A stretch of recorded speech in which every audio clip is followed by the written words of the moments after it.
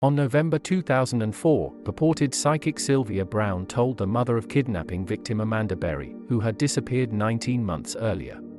"She's not alive, honey." Brown also claimed to have had a vision of Berry's jacket in the garbage with DNA on it. Berry's mother died 2 years later believing that her daughter had been killed. However, on May 2013, Berry was found alive in having been a kidnapping victim amongst other girls. While the psychic Brown did receive criticism for the false declaration, it was too late at that point and the damage was done. Upon hearing this story, one might jump to the conclusion that it is a prime example of why psychics are fraudulent. While I partially agree with this sentiment, the matter is not entirely settled yet, otherwise the video would already be over. You see, in 2017, the CIA declassified some 12 million pages of records revealing previously unknown details about many different cases, and one of them included, as I am sure you guessed it, psychic work. The declassified documents have uncovered the extent of the CIA's involvement with psychics on numerous cases, ranging from spying on the Soviets to solving criminal cases. A particular document even provides guidance on working with psychics, outlining steps to follow when utilizing them in investigative work. Let's delve deeper into the contents of some of these documents.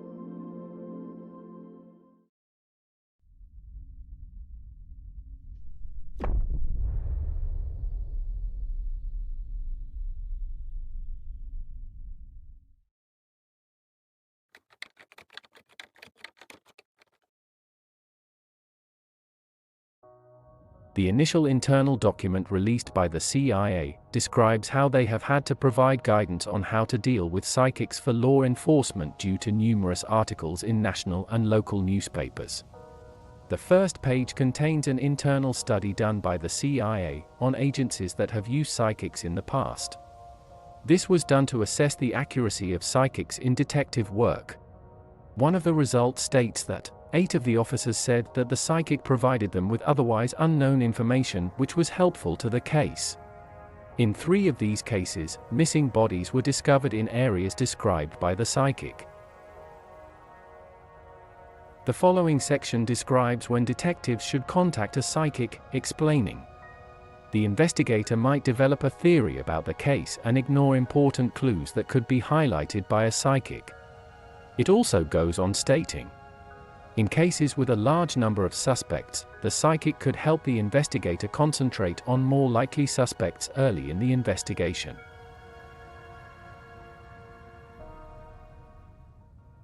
Let's take a moment to process this information.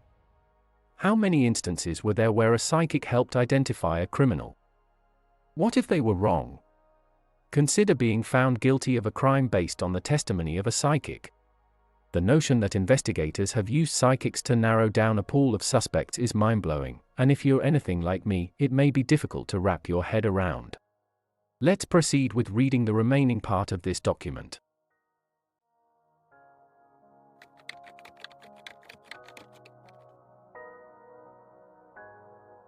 The next question that arises is how the psychics are selected. The document explains that the selection process can be the most crucial and challenging step in utilizing a psychic. For instance, if the family of a missing person has not chosen a psychic, investigators can seek out other agencies or conduct their own research to locate a suitable psychic. The document also cautions against engaging psychics who prioritize fame or financial gain over resolving the case. The remaining portion of the document delves into further topics, including how psychics work, investigative methods, costs, and a summary. The existence of a document detailing the proper use of psychics in law enforcement investigations suggests that psychics have been used in some cases. In fact, the CIA has actually been working with psychics on multiple secret projects since the early 1970s, which are now known as Project Stargate, long before the release of the guidance document.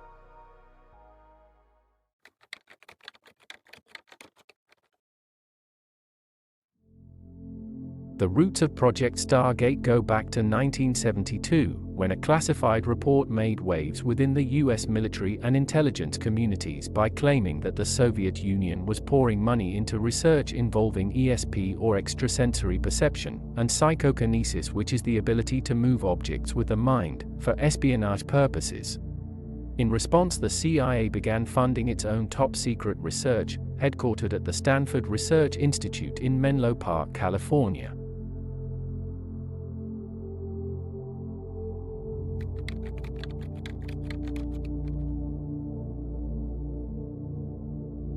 In the 1970s, the CIA invited Uri Geller, a famous psychic, to Menlo Park to test his abilities, including mind reading and mind control. The CIA was interested in Geller's abilities for national security purposes, specifically in the area of mind projection.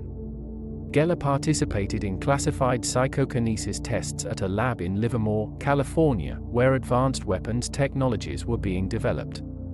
In one experiment for the CIA, Geller was isolated in a room and told a picture had been drawn.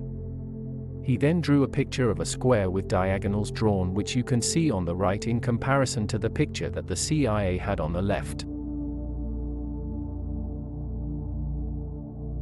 The CIA stopped its work in the late 1970s, and the program was moved to Fort Meade and funded by the Defense Intelligence Agency. Congress continued to approve funds for the remote viewing program for the next 2 decades. The program was considered by some to be a cheap radar system and necessary for national security purposes. After conducting their initial investigation, they approved the use of psychics. Project Stargate was then initiated, and psychics were heavily utilized in various cases. Joseph McMonigal, a remote viewer and Army veteran, was involved in approximately 450 missions between 1978 to 1984. His work included helping the Army locate hostages in Iran, and pointing CIA agents to the shortwave radio concealed in the pocket calculator of a suspected KGB agent captured in South Africa. Angela Della Fiera Ford, another remote viewer, was able to pinpoint the location of a former customs agent who had gone on the run. The Pentagon publicly denied spending money on any kind of psychic research, even as details of the government's experiments leaked out in the 1980s. Finally, in 1995, the CIA released a report conducted by the Independent American Institute for Research, which acknowledged the US government's work with remote viewing for military and intelligence purposes. The report also declared Project Stargate a failure, stating that it remained unclear whether remote viewing had been demonstrated as a paranormal phenomenon. As Annie Jacobson writes in her book Phenomena, The Secret History of the US Government's Investigations into Extrasensory Perception and Psychokinesis, the government's interest in psychic phenomena did not end with the shutdown of the program. In 2014, the Office of Naval Research launched a 4-year program to explore the use of premonition or intuition among sailors and Marines. Dr. Edwin May, the former head of the Stargate program, has continued to support ESP as a tool for intelligence, and in 2015, he conducted a study funded by the Bile Foundation, which he claimed to be the best experiment in the history of the field. Upon investigation, it appears that the Bile Foundation is actively engaged in researching psychic abilities and other paranormal phenomena, making slow and steady progress.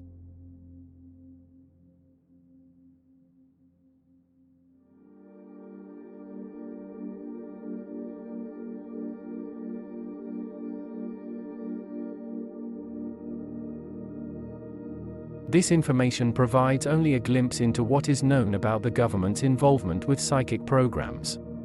Despite the declassification of some documents, the full extent of their involvement is still unclear. Further investigation is needed to fully explore the topic, and additional videos will be released in the future. Do you believe in the existence of psychic powers, or do you think it's all just a coincidence? As I conduct additional research on this and other mysteries, I encourage you to watch our other videos, where we have delved into many other mind-boggling mysteries. Don't forget to subscribe, and thank you for watching.